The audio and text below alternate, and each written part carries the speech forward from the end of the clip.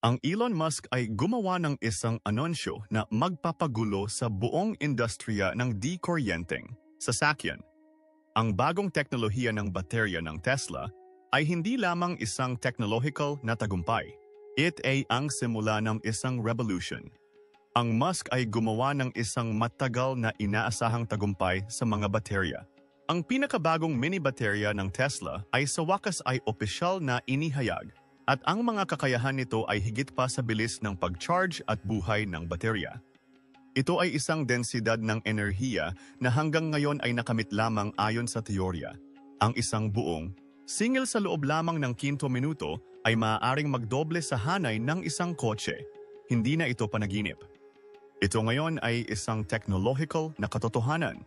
Ang revolve traditional na disenyo ng battery, tulad ng mga cylindrical na mga cell at mga coating na lumalaban sa luha, ay dinala sa mga bagong taas. Ang teknolohiyang aluminyo-ion na nagpapatibay sa mga solid-state na baterya na ito ay hindi lamang nagpapabilis sa pag-charge, ngunit pinapabuti rin ang kanilang gastos at tibay.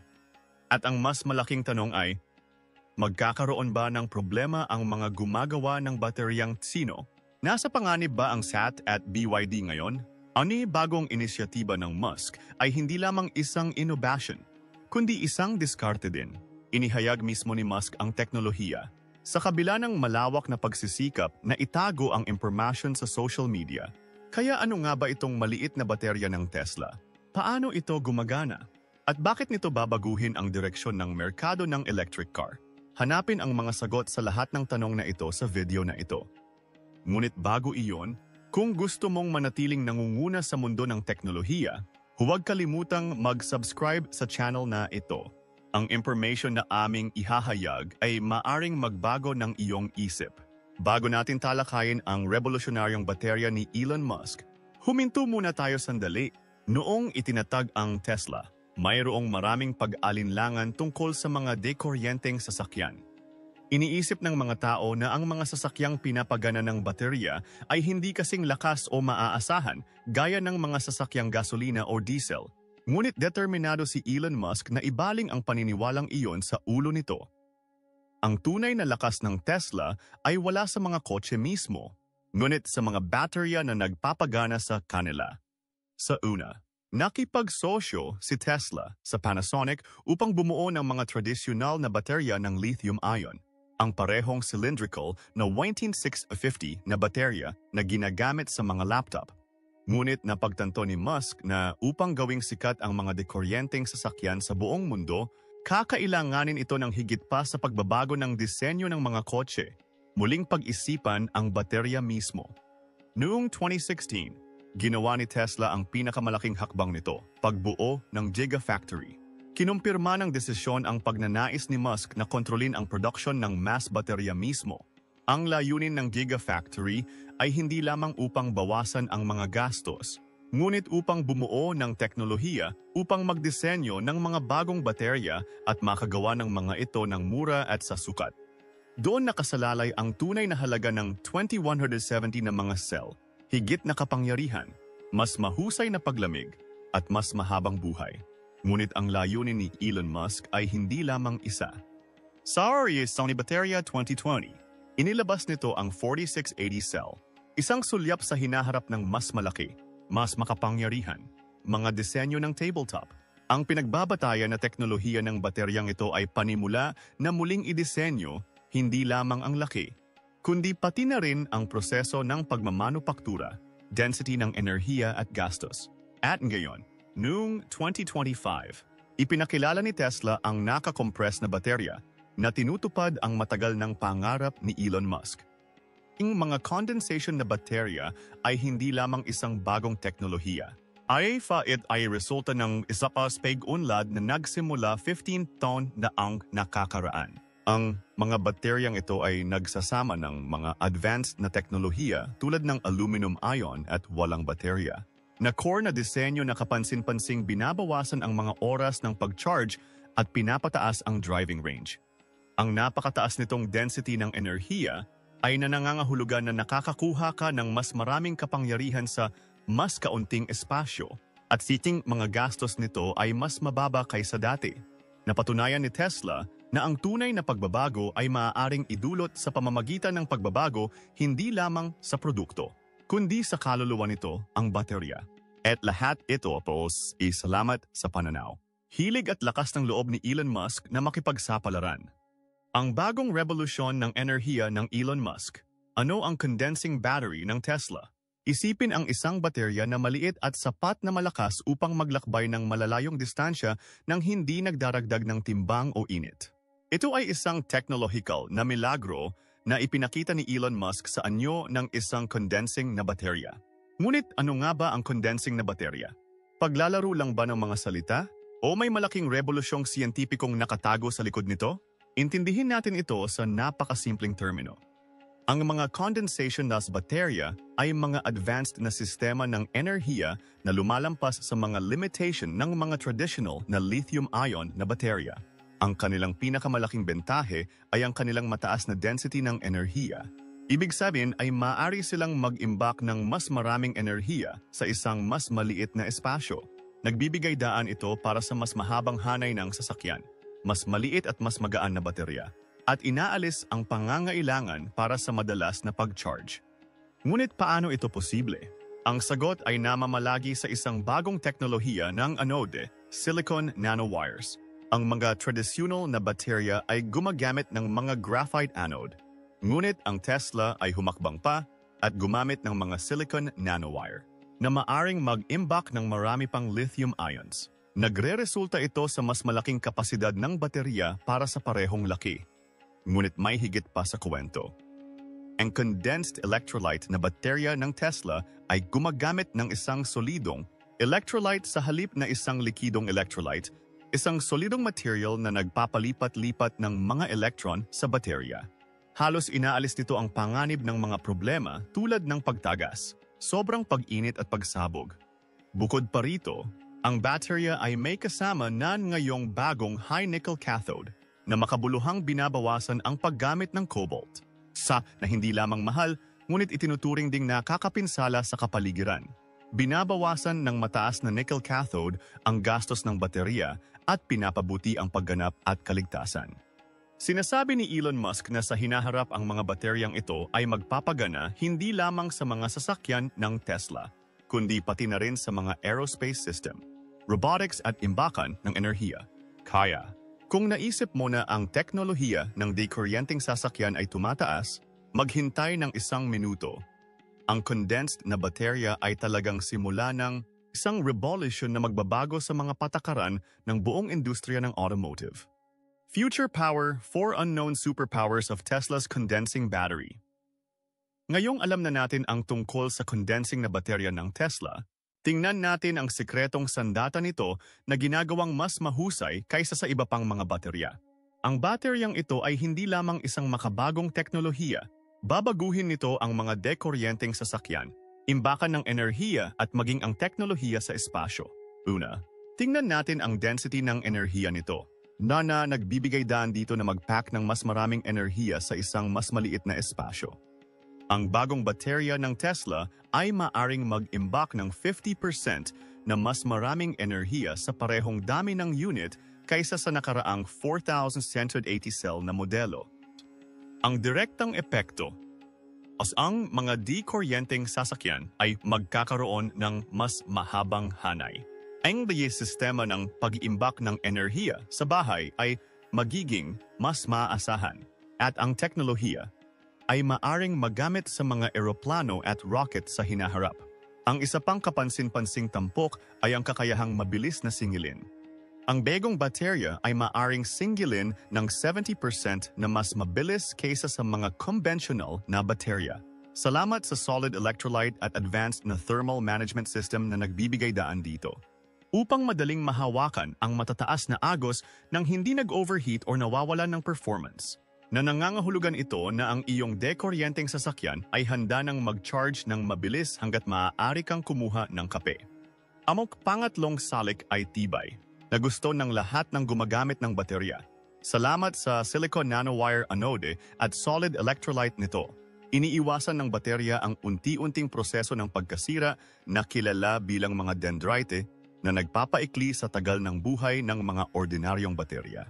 Nangangahulugan ito na ang baterya ay maaaring mapanatili ang kapasidad nito kahit na pagkatapos ng milyon-milyong kilometro na inaalis ang pangangailangan para sa madalas na pagpapalit ng baterya at makatipid ng pera ng mga may-ari ng sasakyan. At sa wakas, ang kaligtasan ang pangunahing prioridad ni Tesla. Ang mga solid-state na baterya ay mas ligtas kaysa sa mga likidong electrolyte na may mas mababang panganib ng sunog, pagtagas o pagsabog. Pinipigilan ng teknolohiya ng silicon nanowire ang thermal runaway, na ginagawang isa sa pinakaligtas sa merkado ang mga solid-state na baterya ng Tesla. Sa totoo lang, higit pa sa isang baterya.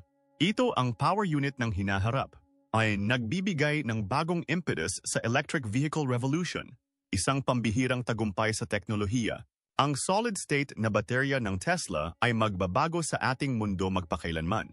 Isipin ang isang kotse na maaring maglakbay ng 1,000 kilometers sa isang single. Ang iyong smartphone ay maaring tumagal ng ilang linggo ng walang bayad. At ang isang maliit na baterya sa iyong tahanan ay maaring magpailaw sa iyong kapitbahayan. Ang mga ito ay hindi na mga pangarap lamang. Ginagawang realidad ng mga solid-state na baterya ng Tesla ang lahat ng ito. Ito ay hindi lamang isang technological na pagbabago. Ito ay isang revolution na makakaapekto sa lahat mula sa mga dekuryenteng sasakyan hanggang sa mga smartphone sa ating mga bulsa. Ang unang epekto ay sa mga electric car. Ang mga alalahanin sa saklaw ay magiging isang bagay ng nakaraan. Ang mga bagong baterya ng Tesla ay may sapat na enerhiya upang himukin ang kotse ng higit sa 600 milya nang hindi tumataas ang laki o timbang nito. Nangangahulugan ito na wala nang abala sa paghahanap ng mga istasyon ng pag-charge at madalas na pag-recharge. Ngunit hindi lahat ng ito ay tungkol sa hanay. Nakakatulong din ang mga condensed state na baterya na mapababa ang halaga ng mga dekuryenteng sasakyan na lubos na binabawasan ang pangangailangan para sa mga mahal at bihirang metal tulad ng cobalt, na ginagawang mas mura ang mga ito upang makagawa bawat kilowatt-hour. Gagawa ito ng mga dekuryenteng sasakyan na hindi na para lamang sa mayayaman, ngunit hahanapin ang kanilang daan sa mga garahe ng gitnang uri na kapansin-pansing pinapataas ang paggamit ng berdeng enerhiya. Ngunit ang tunay na hamon ay hindi pa tapos.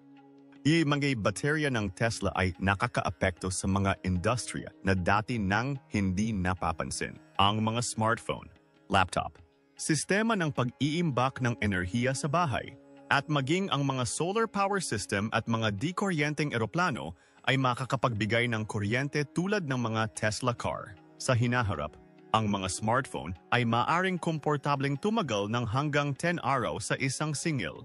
Ang isang naka-wall mount na baterya ay maaring magpagana ng isang buong gusi. At ang pinakakagiliw-giliw na bagay ay na ito ay limang ang simula. Ang condensed battery innovation na lang ay ang unang susi na magbubukas ng pinto sa mas kakaibang mga teknolohiya sa hinaharap. Kabilang ang mga quantum batteries, high energy density supercapacitor, at AI-controlled energy storage units. Ang naabot ni Tesla ngayon ay magiging pundasyon ng buong mundo bukas. At marahil, ngayon ay ang unang hakbang patungo sa isang bagong revolusyon ng enerhiya, ang pinakamalaking hamon na hinaharap sa condensed battery ng Tesla. Ang condensed na baterya ng Tesla ay may potential na baguhin ang mundo. Ngunit tulad ng anumang mahusay na teknolohiya, nahaharap ito sa maraming hindi inaasahang mga hadlang. Ito ay hindi lamang isang bagong baterya. Ito ay isang bagong paraan ng pag-isip, isang bagong sistema at isang kumpletong restructuring ng supply chain. At tulad ng anumang revolusyon, ang landas na ito ay hindi magiging madali. Ang unang hamon ay ang pagiging komplikado ng pagmamanupaktura. Hindi tulad ng mga tradisyonal na baterya ng lithium-ion. Ang mga condensed na baterya ay nangangailangan ng mga high-tech na elemento tulad ng mga silicon nanowire at solid electrolytes na hindi madaling gawin ng maramihan. Ang proseso ng pagmamanupaktura ay hindi lamang masyadong maselan, ngunit nangangailangan din ng mataas na dalubhasang kagamitan at isang malinis na kapaligiran sa silid. Kaya, ang pagtaas ng produksyon sa mga antas ng Gigafactory ay isa sa pinakamahirap na madiskarteng hamon ng Elon Musk sa ngayon. Ang isa pang malaking hadlang ay ang pagkakaroon at katatagan ng mga materyales. Kasalukuyang, binabawasan ng Tesla ang paggamit nito ng mga nakakalason at mamahaling elemento tulad ng cobalt. Ngunit mabilis na lumalaki ang demand para sa silicon, lithium at iba pang material na may mataas na kadalisayan, na lahat ay magagamit sa limitadong dami sa Earth. Sa kontekstong ito, kailangan ng Tesla na bumuo ng isang napapanatiling at maaasahang supply chain na malayo sa mga bansang nasangkot sa mga salungatan sa kapaligiran at pampulitika sa paligid ng pagmimina. Ang kasalukuyang pananaw ni Tesla ay gawing mas abot-kaya ang mga baterya, ngunit sa una ay mamahaling teknolohiya pa rin ang mga ito. Kailangang unti-unting bawasan ng Tesla ang mga gastos sa pamamagitan ng pagsasama ng mga advanced na pamamaraan tulad ng automation at 3D printing sa proseso ng pagmamanupaktura upang gawing abot-kaya ang mga ito para sa pangkalahatang publiko. Ang urbanis apat at pinakamahalagang hamon ay ang pag-apruba ng gobyerno at mga pamantayan sa kaligtasan. Ang pagkuha ng bagong teknolohiya na inaprubahan ng mga automotive, aviation at energy regulator ng bawat bansa ay hindi madali. Ang bawat pamahalaan ay may sariling mga proseso ng pagsubok, mga pamantayan sa kaligtasan at mga certification. Kailangang patunayan ng Tesla na ang mga baterya nito ay hindi lamang makapangyarihan ngunit sumusunod din sa mga regulation ng bawat bansa at 100% ligtas. At panghuli, mayroong feedback ng consumer. Ang karaniwang tao ay hindi mabilis na umaangkop sa mga bagong bagay. Ang pagbuo ng tiwala ay nangangailangan ng oras. Kahit ngayon, maraming tao ang hindi pa ganap na nakatanggap ng mga dekuryenteng sasakyan at ang mga bagong teknolohiya ay nasa daan. Sa kontekstong ito, kailangan ni Tesla na hindi lamang ipaalam ang mga kakayahan nito sa mga mamimili, ngunit ipakita din sa pamamagitan ng pagsubok sa field, karanasan at pagbuo ng tiwala na ang mga bateryang ito ay hindi lamang futuristic ngunit maaasahan din. Ang mga condensed na baterya ng Tesla ay ang susi sa bagong mundong ito. Ngunit upang makamit ang layuning ito, kakailanganin ni Elon Musk na madiskarteng labanan ang agham, mga supply chain, mga merkado, mga pamahalaan at lipunan. Ngunit napatunayan ng kasaysayan na sa sandaling gumawa ng pangako si Musk, hindi siya umaatras. Tesla versus BYD capacitor battery. Mula sa battery war hanggang automotive revolution, sa mga tuntunin ng pagbabago, ang Tesla at BYD ay mga pinuno sa industriya ng electric vehicle. Ngunit ngayon, sa pagdating ng bagong capacitor na baterya ng Tesla, ang buong industriya ng automotive ay nasa bingit ng isang bagong panahon. Ito ay hindi lamang isang technological na pagbabago, ngunit isang madiskarteng hakbang na hindi lamang magbibigay sa Tesla ng pangunguna sa karera ng dekuryenteng sasakyan, ngunit magbibigay din ng daan para sa bagong teknolohiya ng baterya sa buong mundo. Ang bagong condensed na baterya ng Tesla ay higit na magpapalakas sa posisyon ng kumpanya sa merkado. Sa sandaling kinilala bilang isang icon ng teknolohiya sa industriya ng automotive, nagpapadala na ngayon si Tesla ng isang malakas na mensahe sa mga kakumpetensya nito, lalo na ang mga tumataas na higante tulad ng BYD. Ang mga kinabukasan ay nakasalalay sa mga namumuno sa pagbabago. Kasalukuyang may malaking bahagi sa merkado ang BYD sa abot-kaya at maaasahang mga dekuryenteng sasakyan. At hinahanap ng Tesla na mabawi ang posisyon nito ng may mataas na kalidad at teknolohiya. Ang lakas ng BYD ay nakasalalay sa malakas nitong supply chain ng baterya at malalaking kakayahan sa produksyon. Ngunit ang plano ni Tesla ay baguhin ang laro sa agham. Ang solid-state technology, silicon nanowire anode, at high-nickel cathode na ginamit sa condensed na baterya ay ilang hakbang na nauuna sa traditional na LFP lithium iron phosphate na mga baterya na kasalukuyang ginagamit ng BYD. Ang teknolohiyang ito ang magiging puwersang nagtutulak sa likod ng industriya ng dekuryenteng sasakyan. Ang bagong baterya ng Tesla ay may mahabang hanay, maaaring ma-charge ng mabilis at napakaligtas, na ginagawang halos imposible para sa ibang mga kumpanya na huwag pansinin ito. Ang BYD ay nagbibigay kasiyahan sa mga customers sa mga kotse na may hanay na 400 hanggang 500 km/h. Ngunit ang Tesla ay naglalayong magbigay ng mga kotse na maaring maglakbay Nang higit sa 600 milya, mga 960 km, nang hindi nababahala tungkol sa saklaw. Ang hakbang na ito ng Tesla ay makakaapekto sa buong industriya ng dekuryenteng sasakyan. Pipilitin nito ang lahat ng mga automaker, mula sa mga traditional na Japanese manufacturer hanggang sa mga European luxury brand, na umaasa pa rin sa mga mas lumang modelo ng baterya na lumipat sa mas karaniwang mga modelo ng baterya. Habang sinisimulan ni Tesla na gamitin ang mga bateryang ito sa mga produkto nito, magbabago rin ang mga inaasahan ng consumer.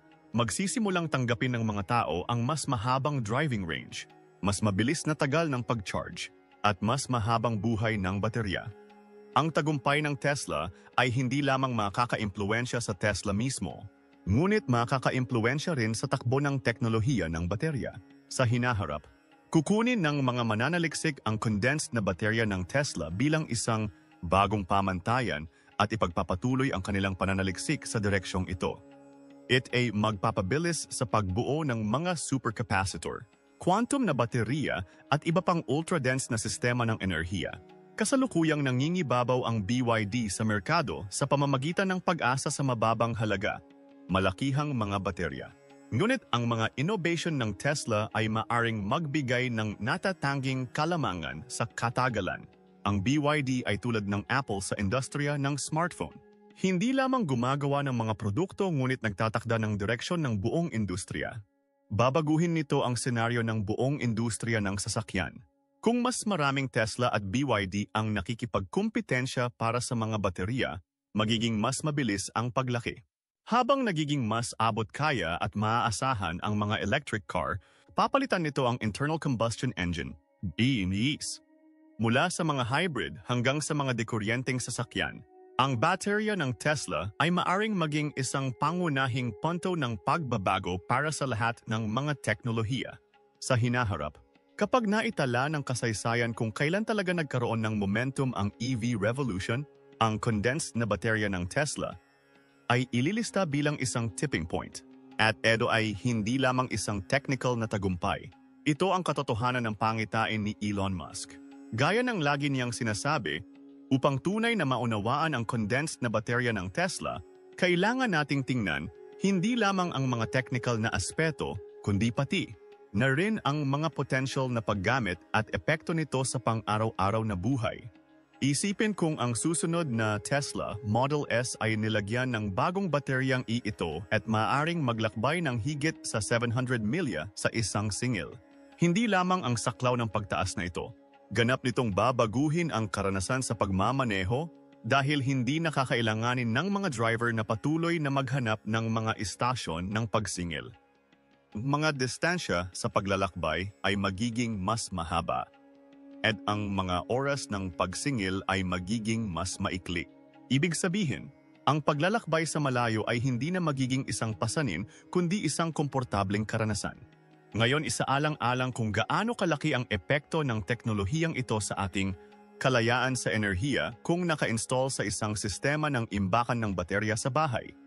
Ang kakayahang mag-imbak ng solar energy sa bahay ay higit na pinahuhusay ng paggamit ng mga baterya sa mga sistema ng imbakan sa bahay gaya ng Tesla's Powerwall. Ang enerhiya ng solar na nabuo sa araw ay maaring maimbak sa gabi na binabawasan ang iyong singil sa kuryente at binabawasan ang iyong pag-asa sa panlabas na grid ng kuryente. Bukod pa rito, ang mahabang buhay at mababang gastos sa pagpapanatili ng mga bateryang ito ay ginagawang napakatipid sa katagalan. Isipin ang bateryang ito sa mundo ng mga smartphone at laptop. Bagamat nakakasakit ang pag-charge araw-araw, gagawing pangkaraniwan ng mga baterya ng Tesla na panatilihin ang mga smartphone at laptop ng ilang araw sa isang singil. Hindi lamang mapapahaba ang buhay ng baterya, ngunit ang compact na disenyo ay gagawing mas manipis, mas magaan, mas malakas at mas portable ang mga device na ito. Ito ay hindi lamang isang bagay ng kaginhawahan. Naghahatid sa isang bagong digital na edad kung saan ang aming mga device ay nagtutulak sa aming mga saloobin. At hindi ito titigil doon. Kapag inilapat sa isang grid storage system, maaari itong matatag at matalinong pamahalaan ang pangangailangan ng enerhiya ng buong lungsod. Ano na kakayahang mag-imbak ng mas maraming enerhiya sa isang mas maliit na pakete ay nagbibigay daan sa amin na pamahalaan ang mga nababagong mapagkukunan ng enerhiya tulad ng solar at hangin ng mas mahusay. Bawasan ang gridlock, aylisin ang pag-aaksaya ng enerhiya at lumipat patungo sa isang malinis na sistema ng enerhiya. Naisip mo na ang mga baterya ng Tesla ay kapaki-pakinabang lamang sa lupa. Isipin ang potential na maaaring magkaroon ng teknolohiyang ito sa isang eroplano. Ang top di mga dekuryenteng eroplano ay isang hakbang na ngayon na mas malapit, na ang condensed na baterya ng Tesla ay potential na magresulta sa prototype na sasakyang panghimpapawid na hindi lamang maaaring lumipad ng mas mahabang distansya, ngunit meron ding mas mataas na kapasidad sa pag-charge. Ito ay hindi lamang maaaring gawing mas abot kaya at napapanatiling ang paglalakbay sa himpapawid, ngunit humantong din sa isang makabuluhang pagbawas sa polusyon sa hangin. Habang ang BYD ay pangunahing nakatuon sa pagbuo ng mga baterya para sa mga kotse, pinapalawak ng Tesla ang teknolohiyang ito ng baterya sa isang malawak na hanay ng mga application. Mula sa mga kotse hanggang sa mga tahanan, mula sa mga mobile phone hanggang sa mga eroplano. Kaya malinaw na ang mga condensed na baterya ay hindi lamang isang innovation, kundi ang pundasyon ng isang multifaceted energy revolution na magbabago sa ating buong pamumuhay sa mga darating na taon. Ang anunsyo ay sa buong industriya, ngunit ang reaction at epekto sa Tesla ay malaki. Ang pag-anunsyo ni Tesla ng isang condensed na baterya ay bumagyo sa mga industriya ng tech at automotive. Ito ay hindi lamang isang anunsyo. Ito ay isang punto ng pagbabago na magtatakda ng buong hinaharap ng teknolohiya ng baterya sa isang bagong direksyon. Ang hindi kapanipaniwalang technological na inobasyon ng Elon Musk ay hindi lamang nasasabik sa mga mamimili, kundi pati na rin sa mga analyst.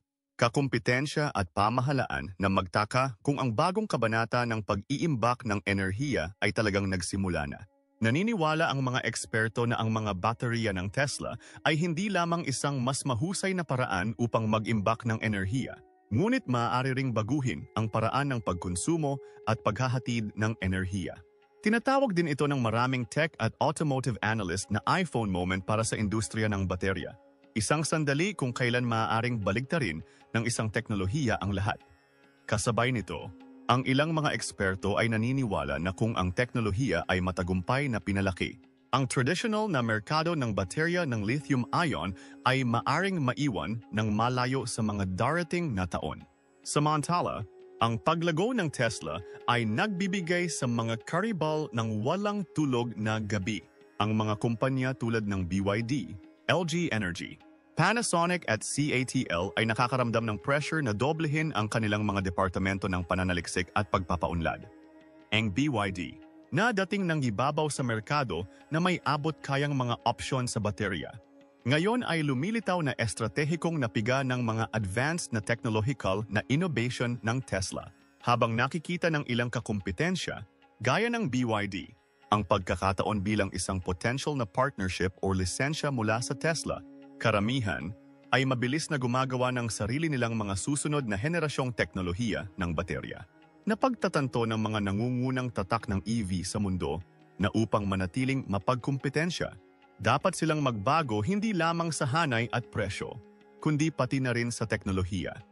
Sa kabila ng pangamba sa industriya, nananatiling mataas ang interes ng publiko sa mga bateryang ito at ang mga consumer na dati ay tumingin lang sa mga EV bilang mga sasakyan na mas matagal mag-charge ay nakikita na ang mga ito sa bagong liwanag, mas mahabang hanay, mas mabilis na oras ng pag-charge, mas counting maintenance, at mas mahusay na kaligtasan. Ang lahat ng ito ay nagbabayad habang lumalaki ang interes sa mga bateryang ito, lalo na sa mga kabataan, mga taong marunong sa teknolohiya at sa mga isinasaalang-alang ang kanilang unang electric vehicle.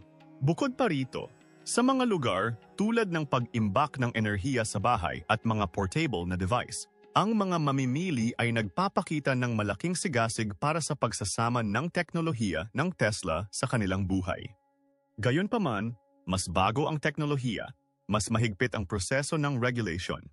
ang mga condensation na baterya ng Tesla ay hindi pa nasusuri para sa kaligtasan, tibay at mga pamantayan sa kapaligiran sa buong mundo. Dahil ang mga ito ay solidong electrolyte-based system, ang mga nauugnay na panganib ay dapat ding lubos na maunawaan. Halimbawa, dumarami ang mga alalahanin tungkol sa kanilang pag-uugali sa mga kapaligirang may matinding temperatura. Dapat tiyakin ng mga pamahalaan at international na organization na ang epekto sa kapaligiran ng mga bateryang ito ay mababawasan at ang malawakang paggamit ng mga ito ay naayon sa mga prinsipyo ng napapanatiling pag-unlad. Dapat ding patuloy na tugunan ito ng Tesla. Malinaw na lumahok sa lahat ng proseso ng pagsubok at certification at ang patuloy na gumawa ng mga kinakailangang pagpapabuti. Nilinaw ng mga reaksyong ito na ang baterya ng condensation ng Tesla ay higit pa sa isang produkto. Itinatakda nito ang industriya sa isang bagong kurso, mga bagong hamon, at bagong momentum. Ang teknolohiyang ito ay hindi natagumpay ng isang kumpanya. Ito ang simula ng isang bagay na tutukuyin ang revolusyon ng enerhiya sa susunod na dekada. Mula sa bawat anggulo, mula sa tugon ng kakompetensya, pagtanggap ng consumer, at pagsubok ng gobyerno, ang bateryang ito ay nagbibigay inspiration sa bagong pag-iisip. Kung nagustuhan mo ang informasyong ito at gusto mong maging una na makatanggap ng mga kakaiba at insightful na kwento sa teknolohiya, mangyaring mag-subscribe sa aming channel. I-click ang icon ng campanilla upang maging unang makatanggap ng buong kwento. Kung paano muling binibigyang kahulugan ng Elon Musk at iba pang kumpanya ang hinaharap. Salamat po!